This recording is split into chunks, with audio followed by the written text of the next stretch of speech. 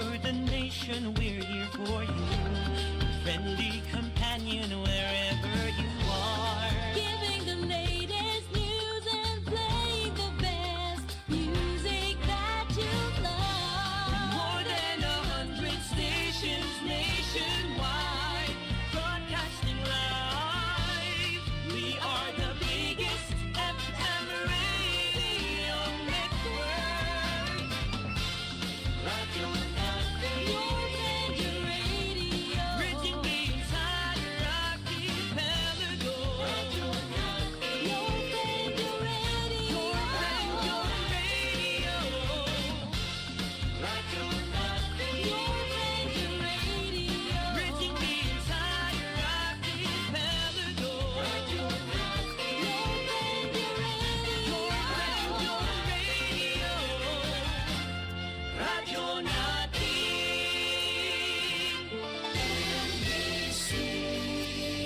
Manila Broadcasting Company. DXTC 95.9 Radyo Natin FM of Manila Broadcasting Company, MBC Media Group is a proud member of the KBP, Kapisanan ng mga Broadcaster ng Pilipinas, in partnership with the Cotabato Institute of Technology, Foundation Incorporated, KIXPI. Itama po ang inyong mga oras sa buong kapuluan, alas 7 ng umaga. Sa inyo na ang mga balitang ihahati ng Radyo Natin Balita. Mga maiinit, nagbabagat, makabuluhang mga balita sa Radyo Natin Balita. Mga balitang nakalap mula sa loob at labas ng ating bansa. Radyo Natin Balita. Ito lamang sa himpilang DXTC 95.9 Radyo Natin FM, Cotabato City. Radyo Natin Balita. Di magkaka. DXTC 95.9, Radyo Natin FM, Cotabato City is a proud member of the KBP, Kapisanan ng mga Broadcaster ng Pilipinas of MBC Manila Broadcasting Company or Media Group. Itama po ang inyong mga oras sa buong kapuluan, alas 7 ng umaga. Magandang umaga, Central Mindanao. Welcome aboard sa Radyo Natin Balita. Ngayon ay araw ng Huwebes, ika-2 sa buwan ng Hulyo 2026 at ika-17 sa buwan ng Muharram 1447 sa Islamic Hijra Calendar.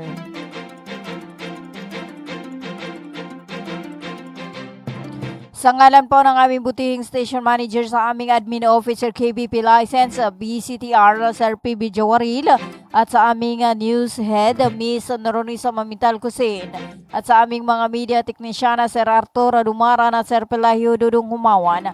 Ako po ang inyong makakasama sa loob ng kalahating minuto. Radyo Natin Caroline Abbas. Isang minuto makalipas ang alas 7 ng umaga at ang oras na natin sa inyo ng Cotabato Institute of Technology Foundation Incorporated at ng Al Rais Ventures Corporation sa pamahala ni Manager Abidin E. Ali at ng Green Pharmacy para sa mga priskong gamot. Hanapin lamang ang Green Pharmacy na makikita sa tapat lamang ng People's Palace, Sinsuat Avenue, Cotabato City. Hati din sa inyo ng Ministry of Labor and Employment or MOLIBARM at ni MP Attorney Omar Yasser Sema. At hati din sa inyo ng Amaya Beach Resort na matatagpuan sa Maydato, Udin Sinsuat, Maguindanao del Norte. At hati din sa inyo ni Dato Udin Sinsuat, Municipal Councilor Teodoro Ted Moingueta. 2 minuto makalipas ang alas 7 ng umaga. Bago natin dakuan ang ating mga balita, alamin muna natin ang lagay ng panahon.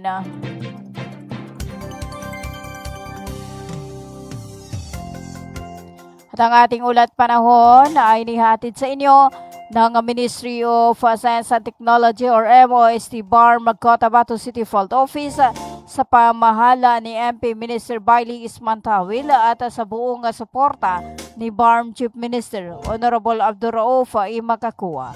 Katuwang ang DXTC Radyo Natin na maging alerto at laging handa mga kabang sa muro.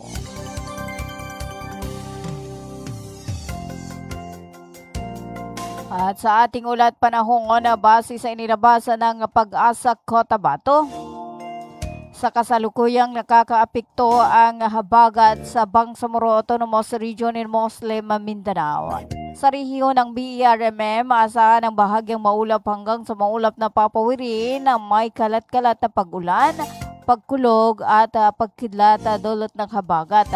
Posible ang pagbaha at pagguho ng lupa dulot ng katamtaman hanggang sa malakas na buhos ng ulan.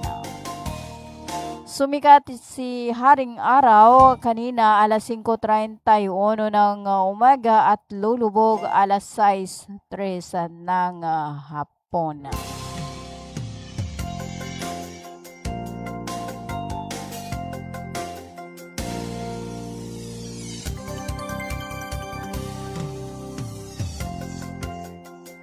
At sa ating temperatura ay nasa pagitan ng 32 degrees Celsius hanggang 24 degrees Celsius.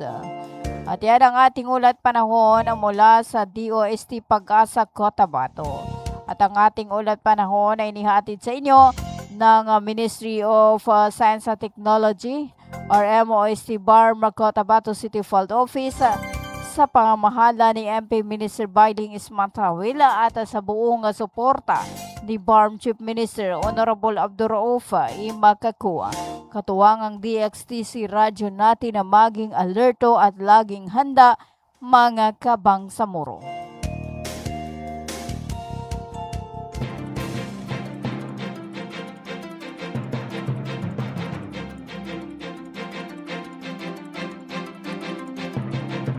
Limang minuto makalipas ang alas 7 ng umaga, kayo pa rin ay patuloy na nakikinig sa radyo natin na balita sa 95.9 na radyo natin Cotabato City at tayo po ay live na napapanood sa ating Facebook page ang radyo natin FM DXTC 95.9 Cotabato City.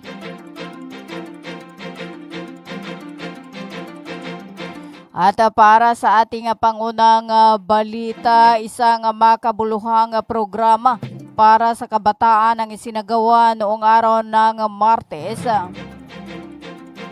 Ika-30 sa buwan ng Hunyo 2026 na ginanap sa Cotabato City.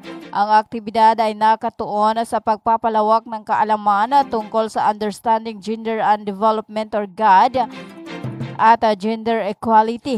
Pinalakay din dito ang isang or iba't ibang isyong panlipunan na direktang nakakaapekto sa mga kabataan na kabilang ang gender-based violence, early pregnancy,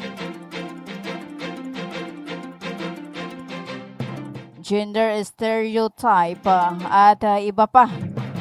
Bukod sa mga konseptong ito, pinaliwanag din sa mga kalahok ang kahalagahan at nilalaman ng Republic Act No. 11313 na mas kilala bilang Safe Spaces Act o ang batas na naglalayong protektahan ang publiko laban sa sexual na panliligalig sa mga pampublikong lugar at online. Ang nasabing programa ay isang inisyatibo ng Cotabato Local Government Units na may layuning bigyang kapangyarihan or empower ang mga kabataan sa pamamagitan ng tamang impormasyon at suportang sensitibo sa usaping kasarian. 7 minuto makalipas ang alas 7 ng umaga para sa iba pa nating mga balita. Nakipagpulong si Alhaj Murad Ibrahim, Chairman ng Moro Islamic Liberation Front, Central Committee or MILF-CC at United Bangsamoro Justice Party President kay Numan Tolmos, Speaker ng Grand National Assembly of Turkey sa Turkey's Parliament kahapon, ika-1 sa buwan ng Hulyo 2026. Malugod na tinanggap ni Speaker Kortolmos si Chairman Murad at ang kanyang delegasyon kinilala ng leader ng Turkey. ang mahabang panahon na dedikasyon ni Murad sa pakikibaka ng mga bangsamoro at ang kanyang mahalagang papel bilang kauna-unahang Chief Minister ng Bangsamoro Autonomous Region in Muslim Mindanao. Tinalakay sa pagpupulong ang iba't ibang isyung may kinalaman sa mundo ng Islam, partikular na ang sitwasyon sa Palestina. Ipinahayag din ni Cortolmos ang kanyang pasasalamat sa pagbisita at pagpapadala ng mainit na pagbati at pagmamahal sa sambayan ng Bangsamoro. Nagpasalamat din si Chairman Murada sa mainit na pagtanggap at mabuting pakikitungo ng Grand National Assembly of Turkey at ni Speaker Kortolmosa. Ang nasabing pagpupulong ay nagsilbing patunay sa matibay na pagkakaibigan at pagtutulungan sa pagitan ng mga Bangsamoro at Republican ng Turkey. Pinagtibay nito ang kanyang pagkakaugnay na hangarin para sa kapayapaan, katarungan at pagkakaisa sa buong mundo ng Islam.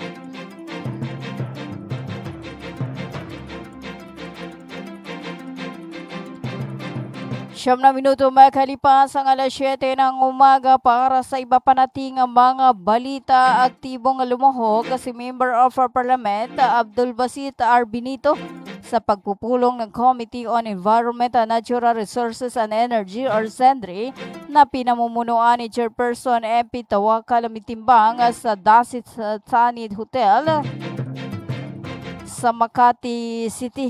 Tinalakay sa nasabing pagtitipon ng iba't ibang mahalagang panukalang batas na may kinalaman sa pangangalaga ng kalikasan at pagpaunlad ng rehiyon.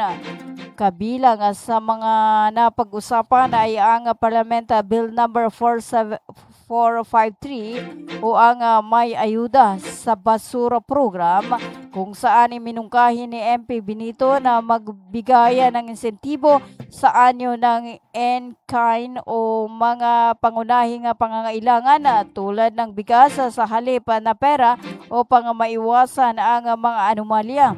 Tinalakay din ang panukalang batas para direkta bilang protected area ang Dimapatoy Watershed, kung saan nagpahayag siya ng pagkabahala tungkol sa posibleng paglilikas ng mga residente at karapatan ng mga indigenous people. Huling tinalakay ang Parliament Bill number 623 na naglalayong itatag ang Bangsamoro Electrification Administration or BIA. Humingi ng paliwanag sa MP Benito ukol sa epekto ng mga hydroelectric power project sa paggamit ng likas na yaman at kung gaano ito umaayon sa mga probisyon ng Bangsamoro Organic Law or BOL, partikular sa usapin ng wealth at power sharing. Nilinaw naman ni MP Jafar Apollo Mikaela Matalam, may akda ng panukala ang mga isyong ibinangon sa deliberasyon.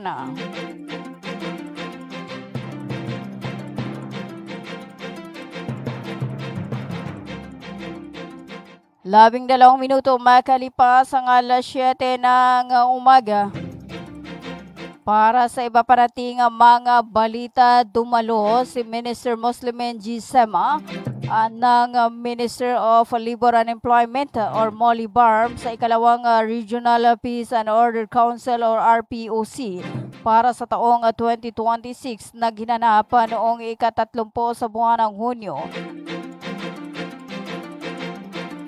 sa Diamond Hotel sa Malati, Manila. Pinamunuan ang pagpupulong ni Bangsamoro Chief Minister and RPOC Chairperson Abdul Rauf Makakua. Nagtipon ang mga kinatawan ng mga ahensya ng pamahalaan ng sektor ng seguridad at iba pang pamahalagang kasusyo upang suriin ang kasalukuyang kalagayan ng kapayapaan at kaayusan sa rehiyon. tinalakay ang mga umusbong na issue sa seguridad at bumalangkas ng mga estratehikong hakbang upang mapanatili ang katatagan at kaligtasan ng publiko. Ang pagdalo ni Minister Sema ay nagpapatunay ng patuloy na suporta ng MOLE sa pamahala ng pamahalaang Bangsamoro na nakatuon sa mabuting asala at pagbuo ng kapayapaan. Binibigyang diin niya na ang maayos at ligtas na mga pamayanan ay mahalaga upang mapalawak ang mga pagkakataong makapagtrabaho, mapangalagaan ang kapakanan ng mga manggagawa at maisulong ang matatag na pag-asinso ng ekonomiya.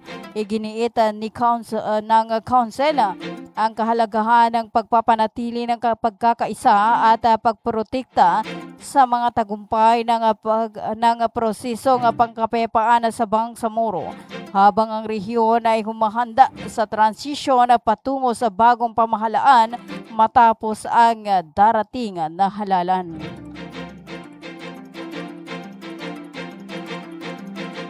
Labing 4 na minuto makalipas ang alas 7 ng umaga. Para sa iba pa nating mga balita na mahagi ang tanggapan ni Member of Parliament Abdul Basit Arbinito ng student kits, teacher kits, and medical kits sa Labungan Elementary School, Dato Udin Sinsuata, Maguindanao del Sur.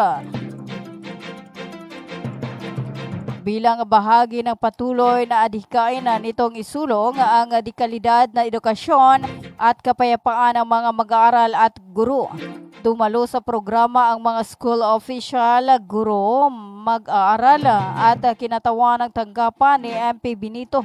Nagpahayag ng taos-pusong pasasalamat si Ginang Dimia Uko, punong guro ng paaralan, sa tulong na ipinagkaloob. Ibinahagi nila na matagal na nilang inaasam-asam na mapabilang sa nasabing programa matapos makita nga nakatanggap ng katulad na suporta ang ibang mga paaralan sa pamamagitan ng rekomendasyon ng Dibisyon ng Edukasyon. Labis din ang pasasalamat ni punong guro Uko kay Ginang Muslima Benito na dati anyay kasama sa pagtuturo sa pagpapadali ng nasabing tulong. Anya na sa kabila ng transisyon ito sa paglilingkod pampubliko, nananatili pa rin mapagmasid sa mga pangangailangan ng paaralan at patuloy na sumusuporta sa sektor ng edukasyon. Ang hakbang na ito ay bahagi ng patuloy na pagsisikap ng tanggapan ni MP Benito na maghatid ng tulong pang-edukasyon at serbisyo sa mga paaralan sa buong rehiyon ng Bangsamoro. 16 na minuto makalipas ang alas 7 ng umaga. Tayo po ay magbabalik after this paid short commercial. Magandang araw mga magulang at kabataan! Naghahanap ba kayo ng paaralang maayos, mapagkakatiwalaan at abot kamay ang bayarin? Sa Cotahuato Institute of Technology Foundation Incorporated, tumatanggap kami ng kindergarten, elementary mula grade 1 hanggang grade 6, junior high school mula grade 7 hanggang grade 10, at senior high school na may strand na Humanities and Social Sciences. Sa Kitpi, may maalagang guro, maayos na pasilidad at edukasyong para sa masa. Mayroon din kaming scholarship program at tumatanggap ng mga scholars. Kaya ano pang hinihintay nyo? Mag-enroll na sa Kitpi. Para sa impormasyon, makipag-ugnayan sa 0905-1423-948. Matatagpuan sa Poblacion 8, Cacar, Cotabato City. Sa Kitpi, abot kamay na bayarin, edukasyong siguradong kinabukasan. Hello mga mamis. Gusto nyo bang manganak sa dekalidad at libreng paanakan? Halina at puntahan ang Bagwa Lying-in Clinic. Libreng manganak at kasama na ang family planning. Kaya mga mamis, simulan na ang libreng pagpapacheck up. Dito lang yan sa Bagwa Lying-in Clinic, open 24 hours at PhilHealth accredited. Narito ang kanilang mga services offered: family planning, IUD insertion or removal, check-up, pill supply, condom supply, DMPA injection, referrals for bilateral ligation, BTL, natural family planning, NFP method, counseling, maternal and child health, physical exam, breast exam, pelvic exam, prenatal care, postnatal care, pap smear, well body care, immunization, breastfeeding, cord dressing, whey taking, safe, normal, spontaneous delivery, newborn screening. For other services, you may please contact our midwife at landline number 557-4422 or a cell phone number 0917-531-6697. Para sa mga karagdagang katanungan, pwede kayong bumisita anumang oras sa Bagwa Lying-in Clinic at hanapin lamang ang kanilang clinic manager. Ang Bagwa Lying-in Clinic ay matatagpuan sa Quimpo, Bagwa 2, Cotabato City. Owned and managed by Madam Fe Camano Mandi. Tandaan mga mamis, Bagwa Lying-in Clinic.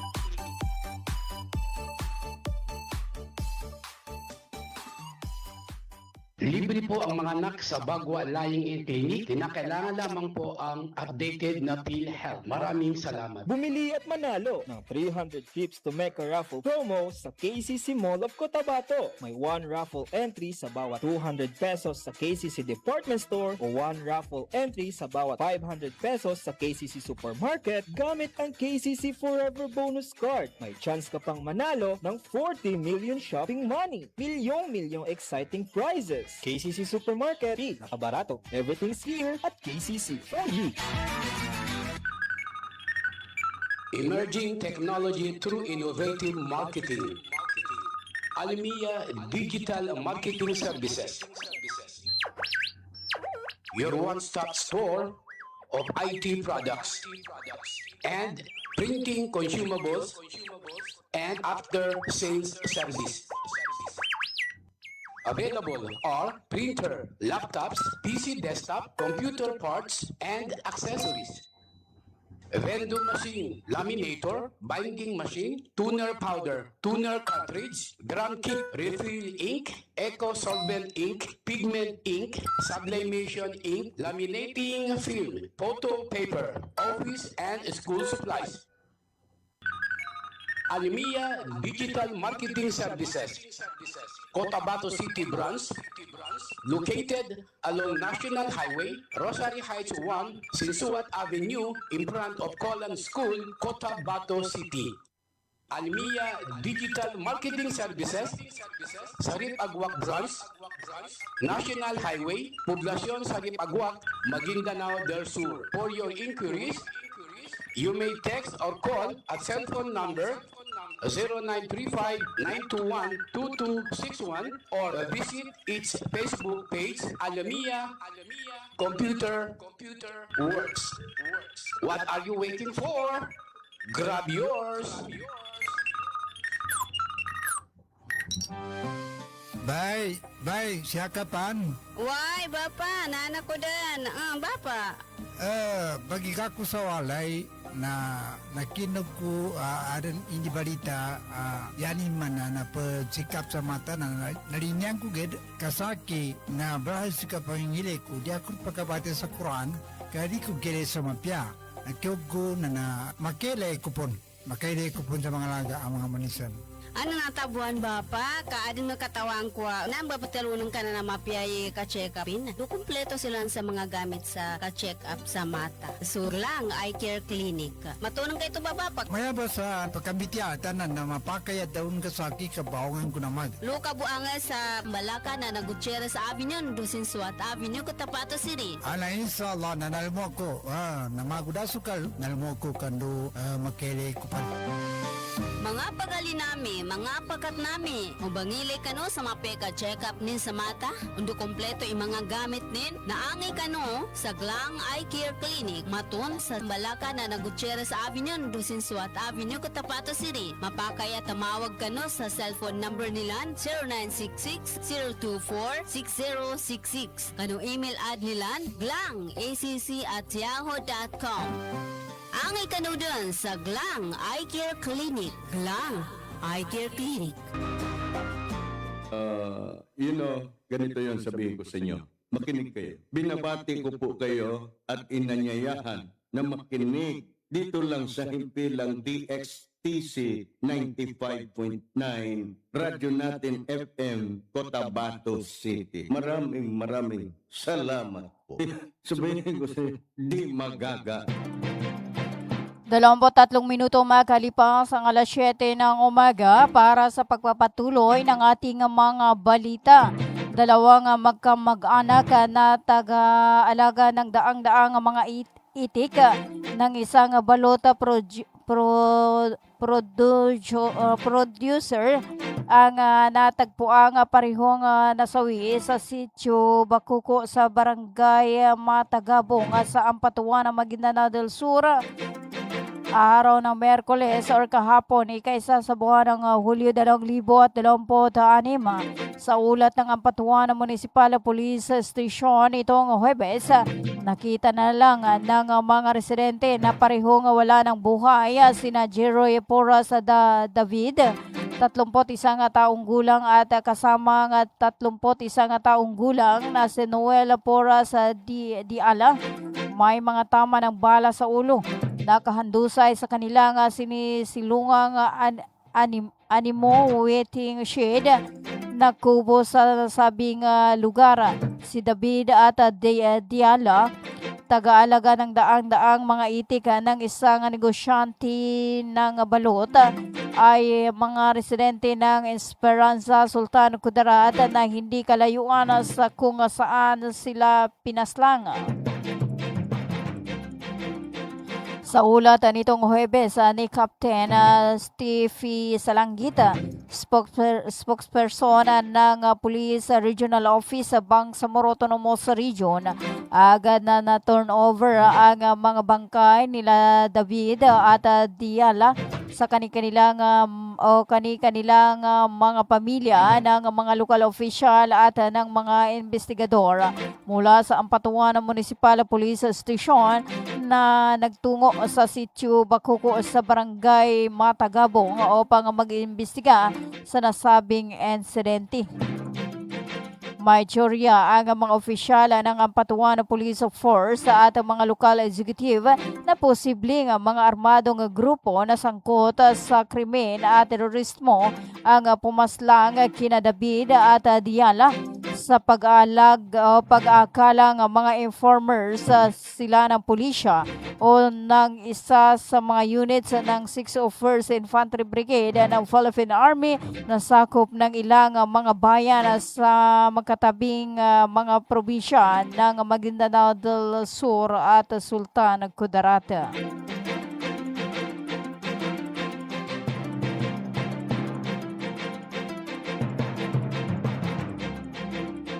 Dalawamput anim na minuto makalipas ang alas 7 ng umaga.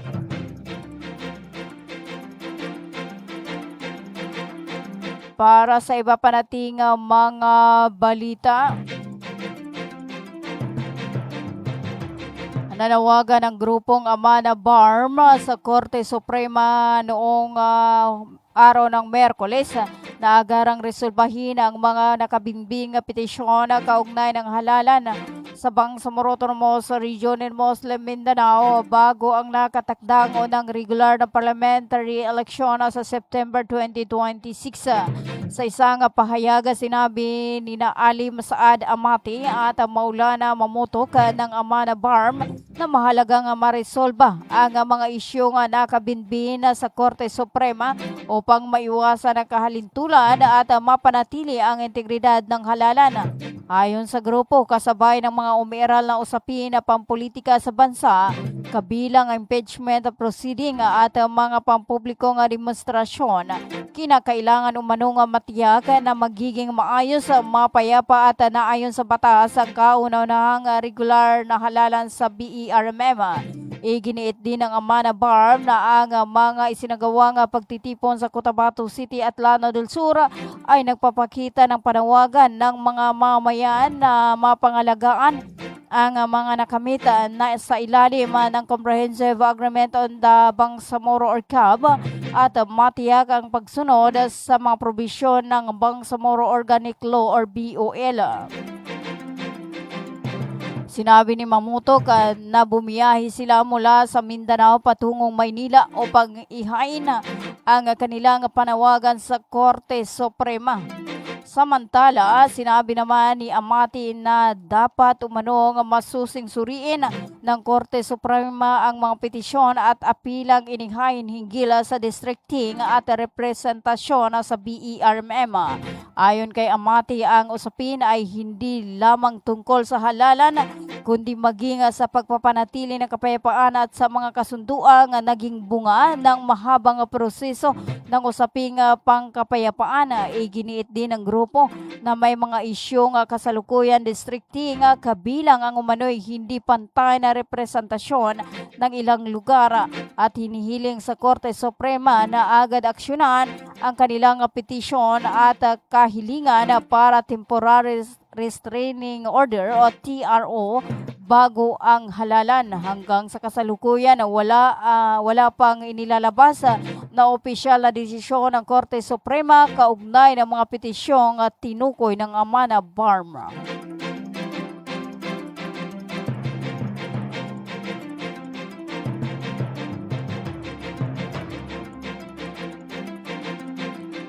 Dalawamput siyam minuto makalipas ang alas 7 ng umaga at para sa ating panghuling balita, nakatanggap ang Cotabato Regional and Medical Center or CRMC na kabuuang halagang 1 milyon bilang tulong medikal sa ilalim ng programang Tulong Medical Assistance.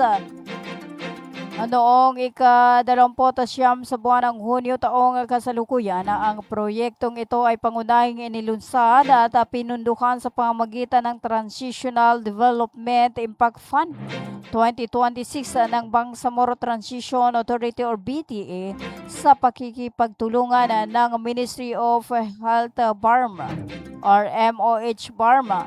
Ang nasabing tulong ay formal na tinanggap sa ngalan ni Dr. Ismail R. Dimarina, Medical Center Chief 2 ng CRMC, ni Ginang Precious Love Esquilo Navarro at Ginang Felisa R. Giko Sala sa ginanap na seremonya ng paglilipat ng pondo sa CNX2 Barangay Rosary Heights 8 lungsod ng Cotabato. Ang pondong ito ay nakalaan upang palakasin ang kakayahan ng CRMC na makapagbigay ng madaling maabot, di kalidad at manakasentro sa pangangailangan ng pasyenteng serbisyong pangkalusugan. Layunin nito nga tulungan ang mga individual at pamilyang nangangailangan ng pinansyal na suporta para sa kanilang mga gamutan bilang isa sa mga ospital na benepisyaryo ng programa. Tinitiyak ng CRMC na ang pondong natanggap ay magiging daan upang lalong mapabuti ang serbisyong pangkalusugan para sa mga komunidad na kanilang pinaglilingkuran. Nagpahayag naman ng taos pusong pasasalamat ang pamunuan ng ospital sa Bangsamoro Transition Authority sa tanggapan ni MP Dr. Susana at Salvador Anayatin, Office of the Chief Minister, Office for Shelter Community, and the Ministry of Health or MOH BARM para sa patuloy na pakikipagtulungan at hindi natitinag na suporta sa pagpapalawag ng pantay na serbisyong medikal. 32 minuto makalipas ang alas 7 ng umaga at yan na po ang kabuuan ng ating radyo natin na balita. At bago ho tayong magpaalam, hello po sa ating mga viewers at hello po sa Big News sa Pilipinas, Central Mindanao at hello to Sir Faisal Mantawil. Ayan, salamat po sa panunood. At hello to Ma'am Simbay Adam. Hi Ate Ma'am, good morning. Watching from Takurong City. At hello po kay Dato Nasir Oko Haji Ali. Assalamualaikum warahmatullahi ta'ala wabarakatuh. Mapia Mapita Bangsamoro. Watching from Turugan sa Kabuntalan, Sultanate Royal House of Kabuntalan, Mindanao, Darussalam. Yan, hello po sa iyo, sir. At ayan, hello po dyan sa Maya Turugan sa Kabuntalan, Royal House, Sultanate of Kabuntalan na Mindanao, Darussalam. At hello din po sa kanilang, ayan, kay Sultan Datuting Gumbila. Ayan, hello po dyan sa may Kabuntalan, Maguindanao del Norte, especially po dyan sa may Turugan. Nakapunta na tayo dyan minsan sa may Turugan ng Sultan. At hello po kay Tata Jawari, watching from Cotabato, Mapia Mapita. Ayan, hello po sa inyo at maraming salamat po sa lahat ng nanood at nakinig ngayong araw ng Huwebes. At sa lahat po ng hindi pa naka-follow sa ating Facebook page, ayan, paki-follow po ang ating bagong Facebook page dahil ang dati po ay nahack na yon. Matagal-tagal na. Ang radyo natin FM sa DXTC 95.9 Cotabato. Ayan po ang official page ng radyo natin. 34 na minuto makalipas ang alas 7 ng umaga. At sa ngalan po ng aming butihing station manager sa aming admin officer KBP license, Sir PB Jawaril, at sa aming news head, Miss Noronisa Mamintal Kusin, at sa aming mga media technician, Sir Arturo Dumara, na Sir Palahiyo Dudong Humawan. Ako po ang inyong nakasama, radyo natin Caroline Abbas. Hanggang sa muli sa ganito ring oras sa timpila na 95.9 radyo natin FM Cotabato City. Magandang umaga, Central Mindanao. Manatiling nakatutok sa 95.9 radyo natin FM Cotabato City. Tuloy-tuloy sa pagbabalita, tuloy-tuloy sa serbisyo, sama-sama tayo Pilipino at sama-sama tayo Bangsamoro. Ganito yun sabihin.